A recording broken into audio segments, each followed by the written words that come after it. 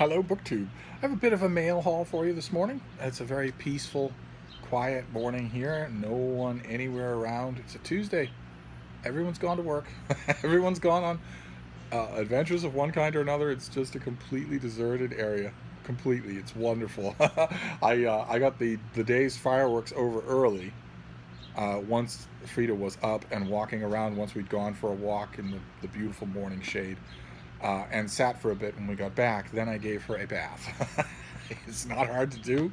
It used to be World War III with my girls because they hated. I could only do the girls. My old those of you who are new to the channel, I used to have two very different dogs, much bigger. I had a beautiful black and white pointer, and I had an enormous fat little basset hound, and I couldn't wash them together, obviously, because I'm not an octopus. I only have the two hands, and they were trying to escape the whole time. And for them, I had to use the bathtub, and that was just a nightmare on many levels. Not least of which they both fought and panicked, not violently, but they very much squirmed and wriggled to try and get out of their bath. In addition to that, they absolutely could not stand to be separated from each other.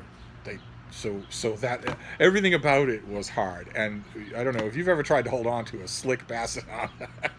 It's not easy to do. All three of us, just wanted it over, and it took forever, and then it took forever to clean up. But Frida is the size of a teddy bear, and the weight of a teddy bear, and the kind of the look of a teddy bear. So I just take one of those plastic mail tubs like we've seen on this channel. I just take one of those and plump it in the sink in the kitchen, and fill it with warm sudsy water, and the special dog shampoo that's good for her skin and good for her hair and whatnot. And I just pick her up and lower her in, and she just stands there. I mean, part of it is it's not just her size. Part of it is that she's a much more cooperative dog, just in general. And I just suds her up, wash her down, and we're done in hardly any time at all. And I distinctly get the impression that the more we do it, I admit we slacked off during the winter because it was so cold. I was worried about her catching a chill. But the more we do it in the spring and summer, I feel certain that I can detect that the more we do it, the more she likes it. I think if we do this every week, which is my goal, then by the end of summer, she won't object at all. She'll just stand there. She does just stand there now. But right now, when she does it, there's a little bit of alarm, and I don't think that will be there. I think she realizes it might feel a little icky when it's happening, but it feels wonderful when it's over. We shall see.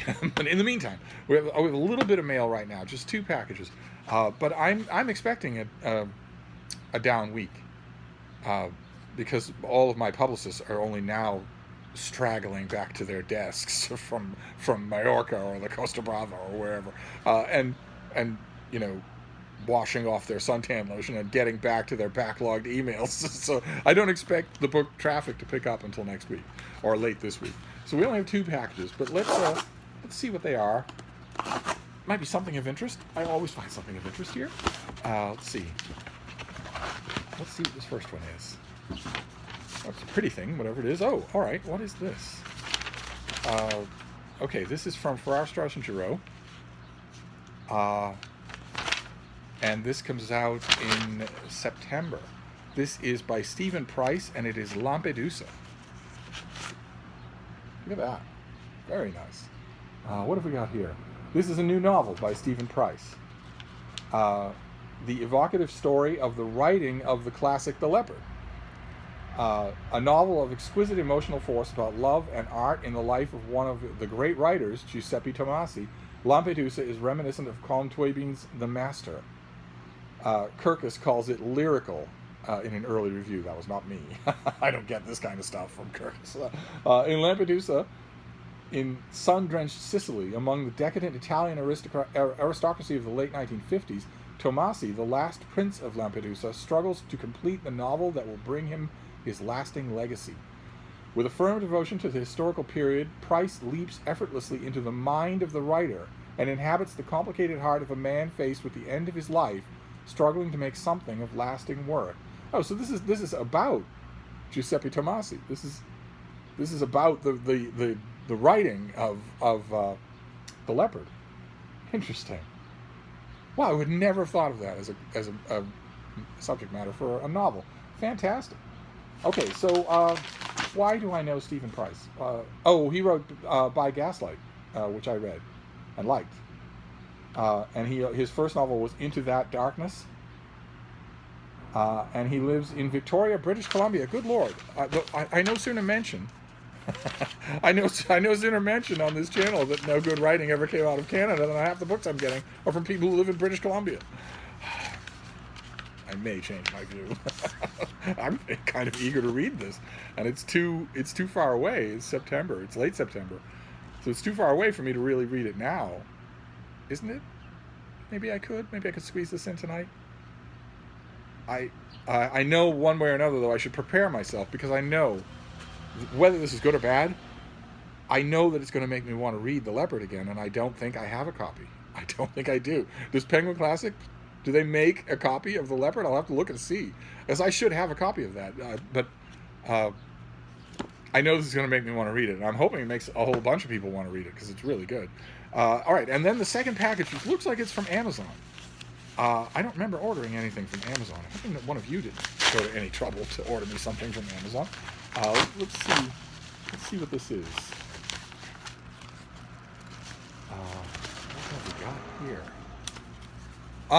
One of you did. One of you did go to the trouble of ordering me something from Amazon. What have we here?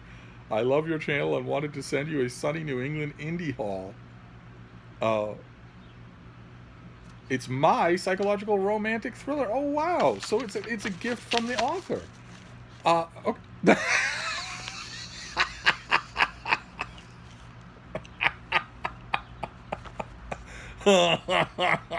Okay. The title of this book is meant to appeal to a certain kind of lapsed Catholic.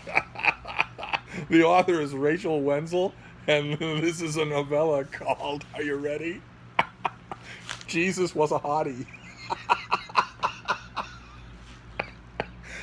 I should hope you would send me this.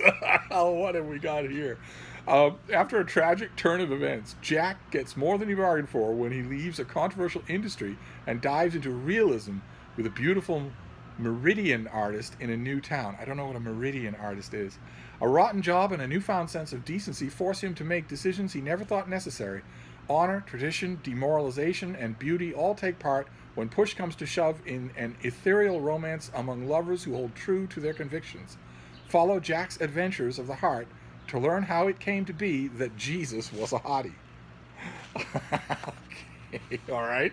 All right, so this is by Rachel Wenzel, and did you write it in 2017? It has a copyright date of 2017.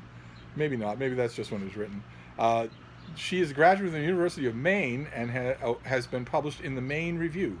She lives petlessly in Portland, Maine, with her husband and 11-year-old son.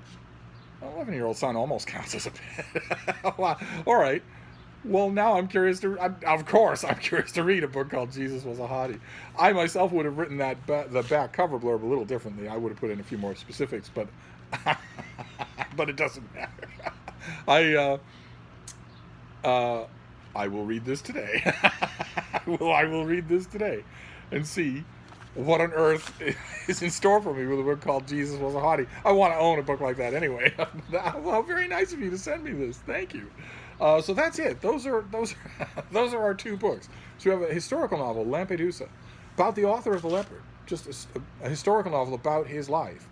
And yet another, I might add, I know I'm on the squeaky wheel on the subject, but yet another high-profile historical novel. The 2019 has been swamped with them, and a ton more are to come. Two of the hottest voices in contemporary fiction, Thea Obrecht and Colson Whitehead, have both written historical novels this year. And lots of other people besides. And here we have another one. And Jesus Was a Hottie by Rachel Wenzel, which I'm dying to dig into and see what on earth it means. Wonderful. Okay, well, that's our mail haul for today. If there's more, then you'll be the first to know. But either way, that's two books for you to chew on. And I will sign off for now, but I will be back. Thank you, BookTube.